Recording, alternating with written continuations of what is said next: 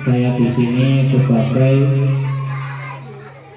Muqassimul Alqab, dalam artian juga sebagai Sahibul Bait atau tuan rumah, menyampaikan banyak terima kasih kepada Bapak Tony beserta staf-stafnya dan juga Bapak Ibu yang ada di lingkungan Desa Flower. Karena dengan kehadiran beliau, acara ini tidak akan berjalan dengan lancar. Mungkin hanya itu yang bisa kami sampaikan. Nanti semuanya akan diterangkan oleh Bapak Tony. Dari kami kurang lebihnya mohon maaf. Assalamualaikum warahmatullahi wabarakatuh. Wa ridha wal inayah. Assalamualaikum warahmatullahi wabarakatuh. Waalaikumsalam warahmatullahi wabarakatuh. Terima kasih atas undangannya, terima kasih atas kebersamaannya, kita semua bisa kumpul di sini. Saya ucapkan assalamualaikum warahmatullahi wabarakatuh. Salam kenal dari saya Tony dari Bogor. Lebih enak sebelumnya saya bicara dengan mic atau saya bicara langsung seperti ini? Nggak apa-apa. Tujuannya saya ingin supaya apa yang saya informasikan itu bisa sampai. Nah, lebih enak kita mendengarkan dengan suara seperti ini atau saya bicara langsung seperti ini? Langsung. Gimana teman-teman yang lebih enak? Gimana? Oh gitu. Ya.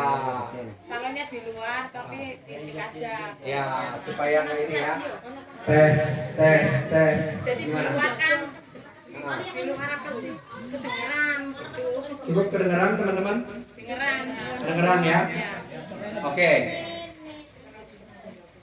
Saya ucapkan salam sehat, salam sejahtera buat kita semua. Salam kenal dari saya Tony dari Bogor. Hari ini tepatnya tadi pagi saya baru sampai. Ya, baru sampai. Mudah-mudahan hari ini kita diizinkan ketemu. Saya yakin semuanya ada rencana dari Tuhan, betul? Karena saya yakin kita punya rencana begitu serius, kita punya rencana begitu matang, tapi ternyata Tuhan gak izinkan kita ketemu. Kira-kira kita bisa ketemu nggak? Enggak. Ya, saya yakin mudah-mudahan ini bisa menjadi sesuatu yang baik buat kita semua. Ya, bisa dibantu pegangin. Hari ini saya akan mencoba menjelaskan apa sih bedanya air kalio ini dengan air yang biasa kita konsumsi, dan apa manfaatnya untuk tubuh kita. Apa manfaatnya, itu yang paling penting. Ternyata di dalam air itu banyak kandungannya. Nah, kalau sebelum ini boleh nggak saya minta 1 gelas aja air yang biasa kita konsumsi, kita minum dari sini. Ya, buat perbedaannya nanti kita akan menjelaskan. Ya. Yang pertama, kalau teman-teman ngecek ya produk-produk yang ada di pasaran, ya contoh misalnya, saya bawa contoh merek ini. Kenapa mereknya nggak saya copot? Tujuannya bukan ingin menjatuhkan, tapi kita ingin belajar, betul ya? Nah, ternyata kalau kita cek di BPOM, ya BPOM itu apa? Badan Pengawas Obat dan Makanan. Izinnya kalau teman-teman cek di sini ada tertulisnya air minum dalam kemasan. Ya, izinnya ya, pernah teman-teman lihat ya? Air minum dalam kemasan. Jadi air untuk kita minum, tapi isinya yang penting bersih. Ya, itu buat menghilangkan haus. Tapi kalau teman-teman ngecek di BPOM, air kalio itu izinnya air minum pH tinggi. Izinnya. Jadi kalau teman-teman ngecek, bisa cek nanti di BPOM. Bisa, kalau sekarang kan udah zamannya Google ya, udah zamannya handphone canggih. Cek BPOM, itu izinnya adalah air minum pH tinggi. pH singkatan apa sih? pH singkatan dari potensi hidrogen. Jadi air kalio ini memiliki kandungan hidrogen tinggi. Itu yang pasti. Nah, apa sih manfaatnya untuk tubuh kita? Itu yang paling penting, ya. Nah, saya akan coba membedakan apa sih. Nah, ini saya baru ketemu nih merek Agro ya. Kita coba cek ya. Gitu.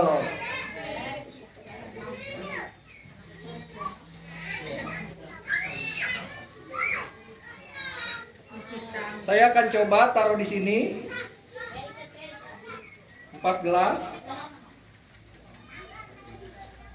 Saya juga ada air seperti ini, ya. Kita sekarang lihat ya di minimarket ya. Saya akan coba uraikan. Ini yang pertama, ini yang kedua, ini yang ketiga. Ini deh biar urutan. Nah, contoh ya. Ini yang keempat ya di sini ya. Saya akan coba ini yang pertama. Saya taruh di sini ya. Airnya jernih. Airnya jernih ya. Saya taruh di sini. Yang kedua ini ya. Kita akan taruh di belakangnya.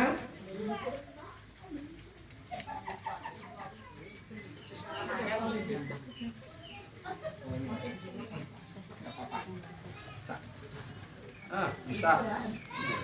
Oke. Yang kedua di sini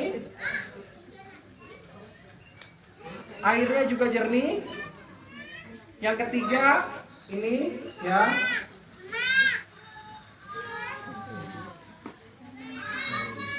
Airnya juga jernih. Yang keempat, air kalio sama. Ini saya buka sendalnya. Ya. Ini. Botolnya ungu, tapi ternyata isi airnya, kita lihat, ternyata juga jernih. Jadi keempat air ini semuanya jernih nggak? Jernih. Jernih. Izin di BPOM-nya adalah air minum dalam kemasan yang ini. Yang ini izinnya adalah air minum pH tinggi. Nah, yang harus kita paham, bener nggak ini? Isinya adalah pH-nya tinggi. Itu ya. Nah, bagaimana untuk mengetahui air ini memiliki kandungan hidrogen tinggi? Saya menggunakan cairan kimia yang namanya red phenol atau kita kenal dengan nama pH tester. Jadi buat mengetahui air ini memiliki kandungan hidrogen tinggi atau rendah. Air ini, cairan ini warnanya oranye, teman-teman. Nanti saya akan teteskan keempat air ini. Nanti air akan berubah warna sesuai kandungan hidrogennya. Di sini ada tabel warna, teman-teman. Kalau teman-teman perhatikan, ini angkanya rendah, makin ke sini angkanya tinggi. Nanti kalau air yang jernih ini saya teteskan, nanti berwarna, airnya berubah menjadi kuning, artinya hidrogennya rendah. Kalau hidrogennya rendah, artinya air tersebut memiliki sifat asam. Perhatikan, bukan rasanya asam, tapi sifatnya asam. Tapi kalau berubah nanti menjadi hijau muda, hijau tua, atau biru muda, ini angkanya sedang, teman-teman. Nah, ini berartinya air tersebut memiliki hidrogen sedang. Jadi bukan rendah, sedang. Ya, air tersebut memiliki sifat netral. Nah, kalau berubahnya menjadi biru tua atau ungu, air tersebut memiliki hidrogen tinggi. Artinya memiliki sifat basa atau air alkali, ya. Kita akan coba. Yang pertama ini ya. Air ini warnanya jernih ya. Saya akan coba teteskan. Kita hitung sama 1, 2, 3. Warnanya apa? Kuning. Artinya air ini memiliki sifat asam. Hidrogennya rendah. Kita coba merek Agro ya di sini ya. Kita tes juga ya. 1, 2, 3. Warnanya biru muda. Artinya memiliki hidrogen sedang, ya. Kita lihat. Ya, kuah ini ya. 1, 2, 3. hijau, lebih biru yang mana? Lebih biru yang ini ya. Artinya merek ini dengan ini hidrogennya lebih tinggi yang ini. Ya. Ya, jadi kita lihat ya. Sekarang kita lihat Kalio coba. 1, 2, 3. Gelap sekali? Ya, lebih tinggi nggak? Lebih tinggi lagi ya. Artinya air ini memiliki kandungan hidrogen paling tinggi yang ini. Nah, pertanyaannya, apa sih manfaatnya air ini? Itu harus kita paham. Ya. Ahli kesehatan banyak menyatakan bakteri, virus, kuman, bahkan saya ada sebuah video dari Dr. Bernardo di luar negeri. Dokter luar menyatakan sel kanker akan berkembang di saat pH darah kita asam atau asidosis, yaitu di pH 5 sampai 5,5. Coba perhatikan, penderita kanker semua rata-rata awalnya asam lambungnya kronis. Ya, jadi awal mulanya asam lambungnya kronis, ya, darahnya sangat asam sehingga sel kanker itu berkembang. Tapi banyak ahli kesehatan menyatakan bakteri, virus, kuman, bahkan sel kanker dan sel tumor sangat sulit berkembang di basah. Itu artinya. Nah, air Kalio memiliki izin air minum pH tinggi. pH-nya ini mencapai 10, teman-teman.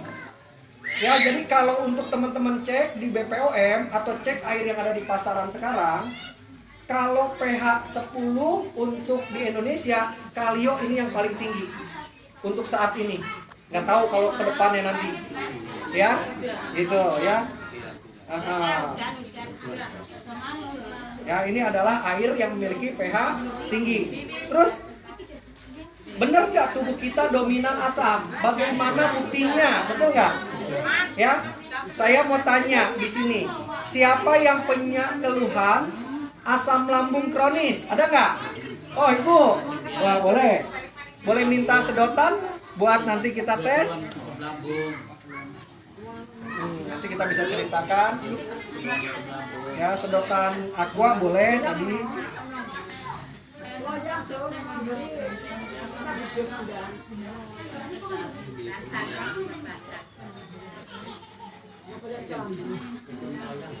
Boleh? Nah, baru ya. Oh, ini aja yang baru nih. Ini baru kan ya? Baru. Boleh ditiup? Baru. Coba ditiup, ya boleh. Jangan disedot, tapi ditiup. Nggak apa, pegang aja. Pegang. Dipegang aja Pegang ini aja. gelasnya. Ini pegang aja ininya. Keluarkan udara dari tubuh kita, tiup aja. Nggak apa-apa, nempel aja. Ditiup. Sedotan baru. Ya. Itu yang kuat. Terus. Yang kuat. Tiup. Nah, air itu tiup, betul. Terus. Keluarkan aja. Kita lihat, ya. Beliau sedang mengeluarkan udara dari dalam tubuhnya. Ya. Oke. Ya, cukup. Lihat. Mulai ya, boleh. Ibu lihat terjadi perubahan? Kenapa ini berubah? Tadi warnanya apa? Tadi warnanya air ini apa? Biru ya.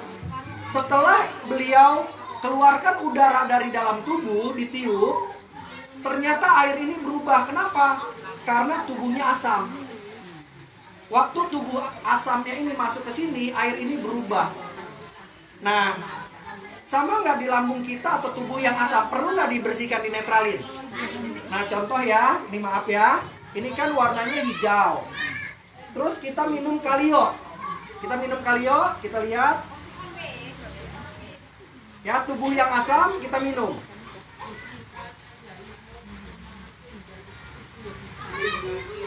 Berubah lagi nggak?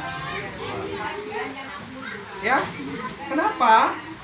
Seperti tubuh kita asam, kita minum Kalio, netralin asam di dalam tubuh.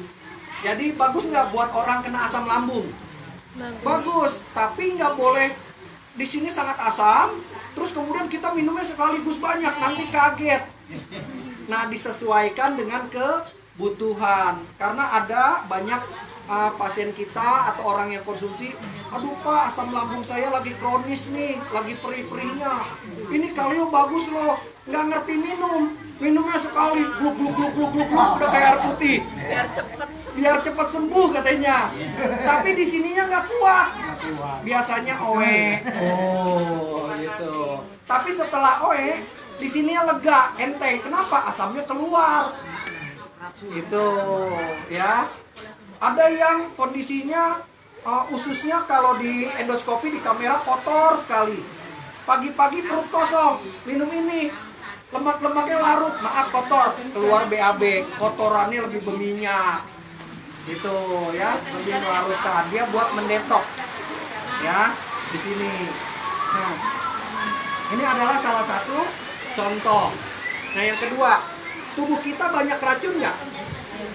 Banyak. Siapa yang tubuhnya nggak ada racun? Wah, semua. Sekarang kimia semua ya. Nah, bagaimana membedakannya? Nah, ini satu contoh lagi nih. Ini airnya asam ya, kuning ya? Boleh dong. Kalau tubuh kita asam, kita minum kalio.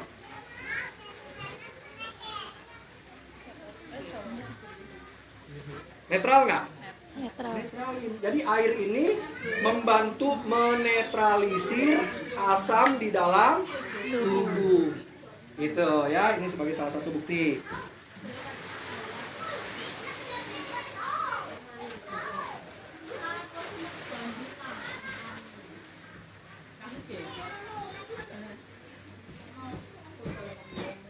Tes yang kedua. Setuju nggak? Tubuh manusia 70-80% itu bentuknya cairan. Ya kan, salah satunya darah kita. Tapi teman-teman pernah perhatikan nggak? Darah anak-anak warnanya lebih cerah dibanding darah orang usia lanjut, betul nggak? Betul ya? Kita akan coba tes. Sini. Ini saya taruh air ini di sini.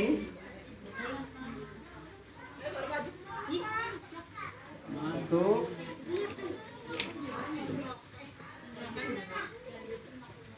Ini tes yang kedua.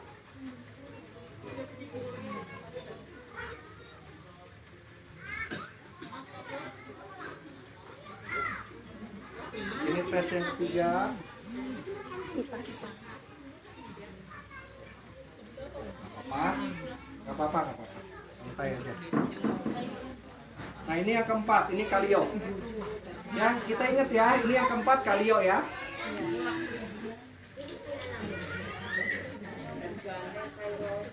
Nah.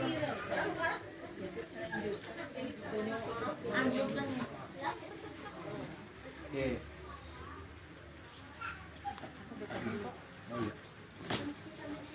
Tes yang kedua, saya menggunakan betadin.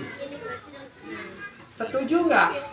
Yang kita tahu betadin adalah obat luar, betul nggak ini obat luar? Betul. Obat luar berarti tidak boleh diminum.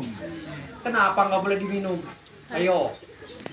Kalau diminum jadi racun. Karena ada zat-zat yang tidak cocok untuk tubuh. Kalau kita minum jadi racun nih. Ya. Sadar nggak sadar, ya sadar nggak sadar, kita selalu konsumsi racun. Bener nggak? Ayo, siapa yang nggak makan kimia? Semua ya. Nah, contoh. Ini cairan dalam tubuh kita. Waktu kita muda, masukin racun sedikit. Satu. Kalau racunnya masih sedikit, nggak apa-apa. Kita lihat ya. Racunnya masih sedikit. Tuh.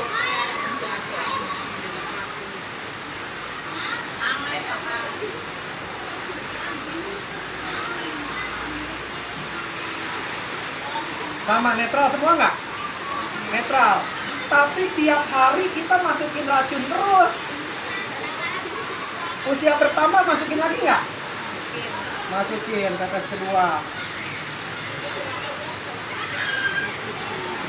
Usia makin lanjut, tetes ketiga. Usia makin lanjut, tetes keempat.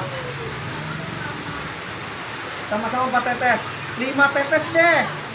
Ibarat mah usia kita kalau 1 tetes 10 tahun, jadi 50 tahun. Waktu usia kita 50 tahun, racun makin banyak. Coba lihat. Airnya berubah? Oke, lihat kalian.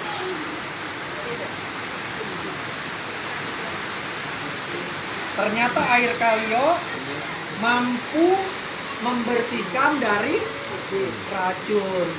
Gitu, ya. Gitu. Lumayan pegal.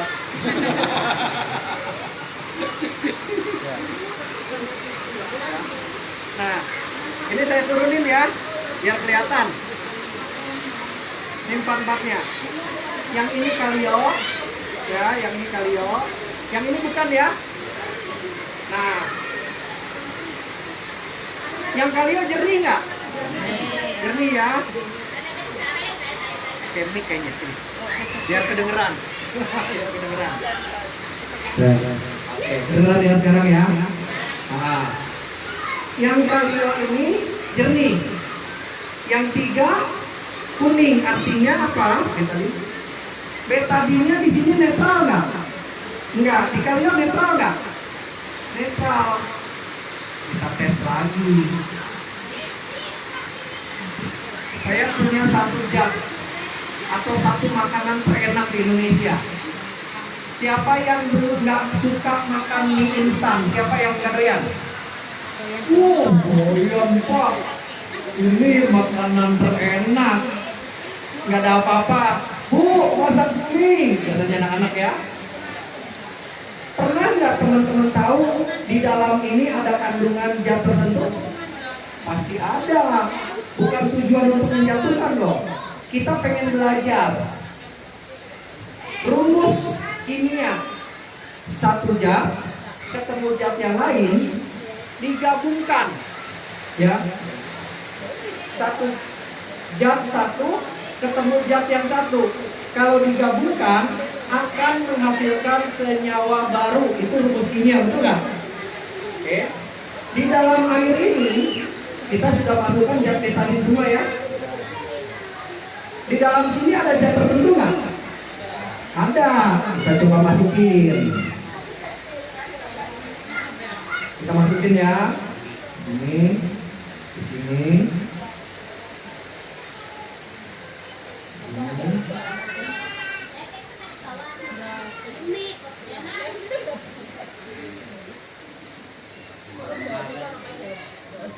Kita tes zat yang terkandung dari betadin ketemu dengan zat yang terkandung dari mie instan,